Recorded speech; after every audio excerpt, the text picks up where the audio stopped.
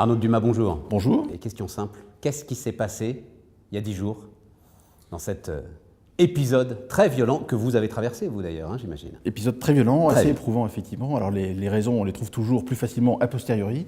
Dans un environnement qui n'était pas simple au départ, il y avait d'abord des problématiques géopolitiques, l'Ukraine, le Moyen-Orient, il y avait aussi des problématiques liées à la macroéconomie et puis les résultats des entreprises, la microéconomie.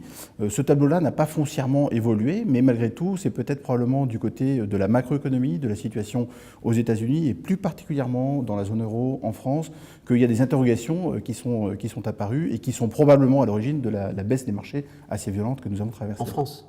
La France en particulier. Notre affrontement avec Bruxelles, là, cette scène de théâtre, là, elle a inquiété les marchés, en fait, peut-être pour la première fois. Alors, peut-être pas spécifiquement cette scène de théâtre, mais s'inscrivant dans un tout global, avec des craintes aussi bien sur le niveau de croissance en Allemagne qu'en France, en Italie, et effectivement la partie proprement budgétaire, en particulier dans le cas de la France. Probablement que tout ça a contribué effectivement à l'inquiétude des marchés. Même si, quand on regarde le comportement des taux d'intérêt, des taux des emprunts d'État, c'est très intéressant de constater que le taux de l'emprunt d'État de la France, en fait, finalement, a bénéficié de son statut de valeur refuge, au même titre que l'emprunt d'État allemand. Donc quand les marchés redeviennent averses au risque, on achète aussi bien et de manière un peu indifférenciée l'obligation française et l'obligation allemande. Quel paradoxe quand même. Quel paradoxe. C'est de notre faute, mais néanmoins on va aller se réfugier sur l'auto français. Néanmoins, les choses ne se sont pas améliorées. Pas plus pour la France d'ailleurs que pour l'Allemagne. Donc pourquoi est-ce que tout à coup les marchés se sont mis à se racheter comme ça? Alors il y a deux choses. Il y a d'abord un phénomène presque physique de rebond, presque mécanique, j'allais dire, de rebond. La chute a été violente, elle a été rapide. Donc c'est presque logique qu'après cet épisode de baisse, de chute des marchés, il y a un rebond. Après, quand on regarde les choses, encore une fois, avec un petit peu de recul, si on se dit que la géopolitique et les résultats des entreprises, finalement, soit n'ont pas évolué, soit sont plutôt satisfaisants, on continue à scruter de manière un peu plus précise ce qui se passe du côté de la macroéconomie. Et de ce point de vue-là, on a plutôt été rassuré par les dernières publications.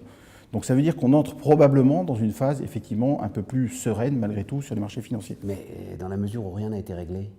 Alors rien n'est réglé. On peut retrouver cette étincelle provoquant la même explosion.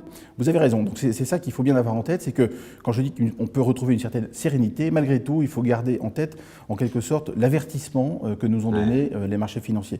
Cet avertissement, ça consiste à dire attention, tout ne va pas pour le mieux dans le meilleur des mondes. Certes, les choses vont plutôt bien, on peut rester fondamentalement positif, mais il y a quand même un risque d'exécution sur la croissance dans la zone euro, sur les budgets, par exemple, la restauration d'une crédibilité budgétaire d'un pays comme la France. Gardez ça en tête, ce qui veut dire que dans les portefeuilles aujourd'hui, il faut probablement accorder un peu plus d'importance au facteur risque dans la construction du portefeuille et diminuer probablement un petit peu le risque des portefeuilles, au moins à court moyen terme. Ça veut dire que c'est la fin du rallye alors? C'est la fin du rallye indifférencié où tout monte finalement, cette hausse un peu béate, où on constate que tout monte, on achète quelque chose. Le rallye BA. Le rallye BA, il faut revenir à des choses un peu plus structurées, un peu plus fondamentales dans l'analyse et un peu plus discriminantes en matière de sélection de secteurs ou de valeurs dans nos portefeuilles.